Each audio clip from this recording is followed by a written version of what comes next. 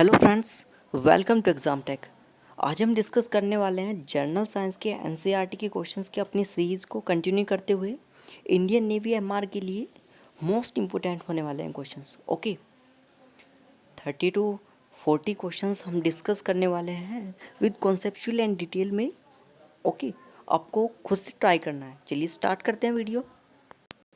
यदि कोई स्वर्णकार विषुवत रेखा पर स्वर्ण खरीदे, इक्वेटर्स पर आपका गोल्ड बाय करता है कोई गोल्ड स्मिथ, एंड पोल्स पर जाकर उसको सेल करे, तो उसको प्रॉफिट होगा या फिर लॉस?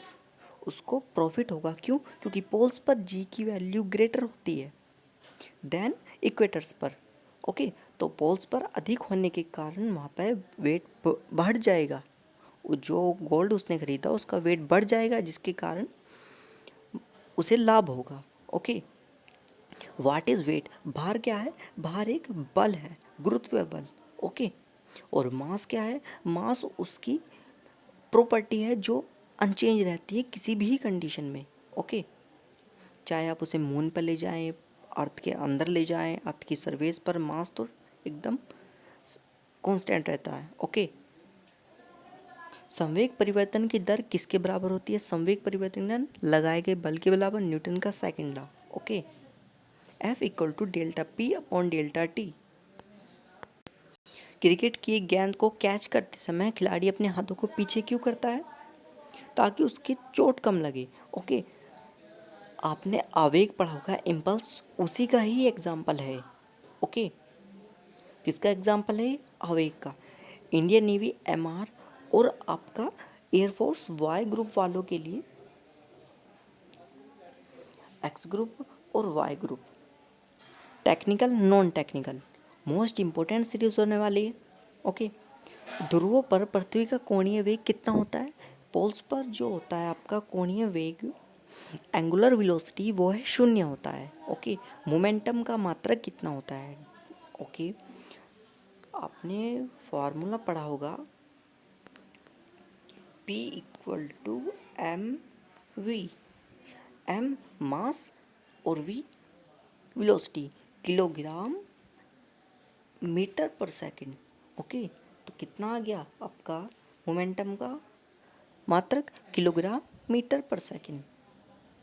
किसी पिंड का वेट 9.8 किलोग्राम है, पृथ्वी उस पिंड को कितने बल से अपनी ओर आकर्षित करेगी? 9.8 ही वह बल होगा, क्योंकि F equal to M G से जब हम लगाएंगे और उसका मास होगा 1 kg। आप फार्मूले में पुट कीजिएगा वैल्यू, आपको ये मिल जाएगा उसका वेट। संवेग संरक्षण का जो नियम है न्यूटन का, वो न्यूटन के किस नियम के तुल्य है? आपका तृतीय नियम के। ओके, मोमेंटम कन्वर्जेशन को जो लॉ है वो न्यूटन का थर्ड लॉ के इक्विवेलेंट है। ओके, यदि पृथ्वी का व्यास वर्तमान व्यास का 2 गुना हो जाए परंतु इसका द्रव्यमान न बदले, तब इसकी सतह पर वेट कितना होगा? वेट 1/4 हो जाएगा। आप डायरेक्ट भी याद कर सकते हैं। ओके,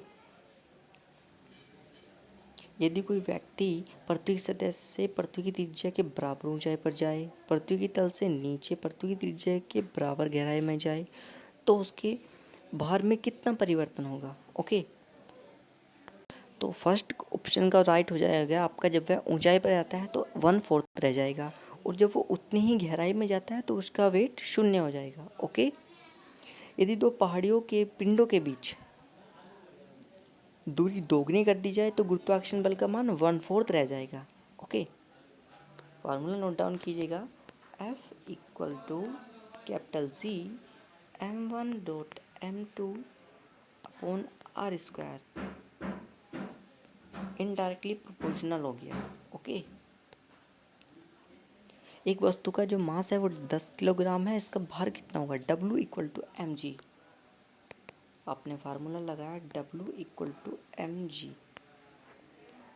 मास 10 किलोग्राम और जी की वैल्यू 10, तो 10 × 10 100 किलोग्राम उसका भार आ जाएगा। ओके, किसी उपग्रह को ग्रह के परितः घूमने के लिए अभिकेंद्र बल कहाँ से प्राप्त होता है? उसे ग्रह के गुरुत्वाकर्षण बल से। जैसे चंद्रमा घूम रहा है आपका, ओके, चंद्रमा को अभिकेंद्र बल कहाँ से मिलता है? पृथ्वी के गुरुत्वाकर्षण बल से।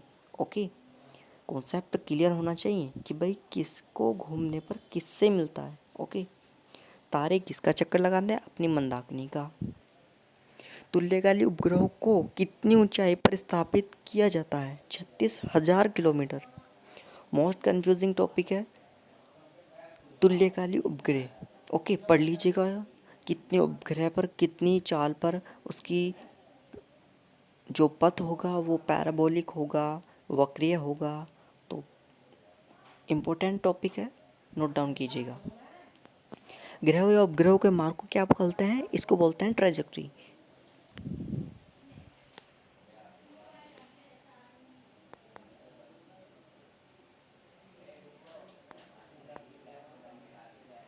कोई ये ग्रह है, इसका कोई उपग्रह है, तो उस जैसे उपग्रह ये चक्कर लगा रहा है ऐसे ऐसे ऐसे ऐसे। ओके, तो इसकी जो इस पथ को क्या बोलते हैं? इस पथ को जिस पथ के अकॉर्डिंग ये चक्कर लगा रहा है इसे बोलते हैं ट्रेजेक्ट्री। ओके, यदि किसी पृथ्वी वस्तु को पृथ्वी से चंद्रमा पर ले जाए तो उसके भार व द्रव्यमान में क्या परिवर्तन होगा? उसका भार बदल जाएगा लेकिन द्रव्यमान कांस्टेंट ही रहेगा। नेक्स्ट है, एक समान आयतन की लकड़ी के तथा लोहे की एक गोली है, एच ऊंचाई से गिराई जाती है, कौन सी वस्तु पहले गिरेगी? दोनों सेम साथ साथ पृथ्वी पर आएंगी। ओके, परंतु यदि वायु का प्रतिरोध प्रभावकारी होगा तो भारी वस्तु अर्थात पृथ्वी पर पहले पहुंचेगी। कहने का मतलब ये है, अगर जो आपका एयर का प्रतिरोध, एयर का डिस्टेंस, एयर में रुकावट ज़्यादा होगी, ओके, तो भारी वस्तु ज़्यादा जल्दी आएगी, हल्की वस्तु ऊपर हवा के कारण थोड़ा धीरे धीरे आएगी। ओके, स्वतंत्र रूप से गिरने वाली वस्तुओं में क्या समानता अवश्य होगी? उनका त्वरण जो उसका एक्सीलरेशन होता है वो हमेशा समान होगा। ओके, यदि कोई पिंड घूर्णन कर रहा है, ओके, तो क्या निश्चित है उस पर कोई बलाघूर्ण लग रहा हो? इंग्लिश मीडियम वालों के लिए, if any body rotates around its path, then we can say it necessary work torque on this। Answer हो जाएगा नो। क्या उस पिंड पर बलाघूर्ण अवश्य वर्क कर रहा होगा?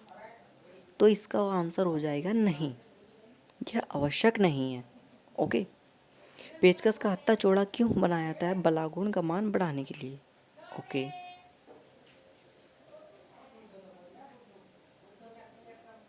किसी वस्तु की साम्यावस्था का क्या तात्पर्य है? वस्तु पर लगने वाले सभी बलों का परिणामी बल शून्य होता है। साम्यावस्था, इक्विवेलेंस, जब सारे फोर्सेस एक बैलेंस्ड हो जाते हैं, उनका जो रिजल्टेंट है वो जीरो हो जाता है, तब उसे बोलते हैं हम साम्यावस्था। ओके, कोई नल है, उसकी टोटी हुई या फिर गाड़ी का स्टेयरिंग हुआ आदि गोली क्यों रहते हैं? क्योंकि उस पर एक बल युग्म, एक फोर्स बैलेंस्ड तरीके से आरोपित किया जा सके। ओके, ताकि यह सुगमता से कार्य इजीली रोटेट हो जाए। ओके, तो यह गोल होते हैं। किसी लिफ्ट में बैठे हुए व्यक्ति को अपना भार कब अधिक मालूम होगा? जब यह त्वरित गति से ऊपर की ओर गतिमान होगी। ओके, एक वस्तु का पृथ्वी पर द्रव्यमान 100 kg है, चंद्रमा पर कितना होगा? चंद्रमा पर हो जाएगा आपका 1/6 होता है स्मॉल जी, गुरुत्व त्वरण आपने पढ़ा होगा, तो कितना हो जाएगा? उसके वेट में तो 1/6 जो हो जाएगा चेंजमेंट, लेकिन उसका जो द्रव्यमान होगा वह अनचेंज रहेगा। ओके, पीछे डिस्कस कर चुके हैं। जड़त्व का नियम सबसे पहले किसने दिया था?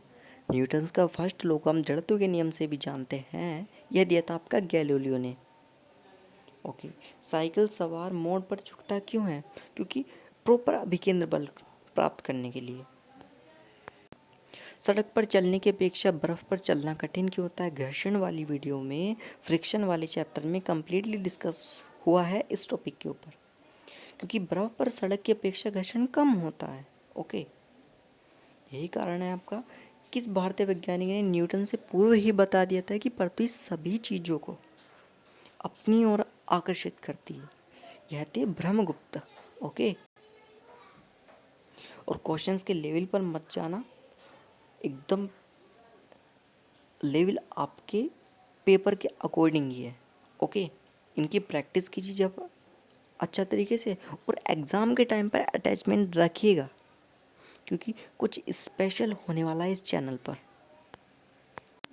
ओनली एग्ज़ाम को देखते हुए 50 क्वेश्चंस, या फिर बहुत ग्रुप के हो आप 100 क्वेश्चंस, या फिर 70 क्वेश्चंस, जिस भी आप ग्रुप के हो उनके प्रैक्टिस सेट ओनली 5 करा दिए जाएंगे, जिनमें से आपको मैच होगा, 100% मैच होगा। ओके। कितने क्वेश्चन मैच होंगे, क्या क्या कॉन्सेप्ट मैच होगा, ये आप करना पहले, उसके बाद डिसाइड करना। गुरुत्वाकर्षण का सिद्धांत किसने दिया? यह दिया था आपके न्यूटन ने। अंतरिक्ष यात्री अंतरिक्ष यान में सीधे खड़े नहीं रह सकते, क्योंकि वहाँ क्षीण गुरुत्व होता है, मतलब जो गुरुत्व बल तो होता है लेकिन बहुत ही मिनिमम एकदम।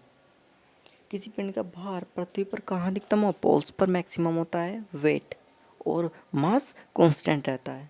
आप पोल्स पर चल जाइए, इक्वेटर्स पर चले जाइए, कहीं भी चल जाइए, मास कांस्टेंट ही रहेगा।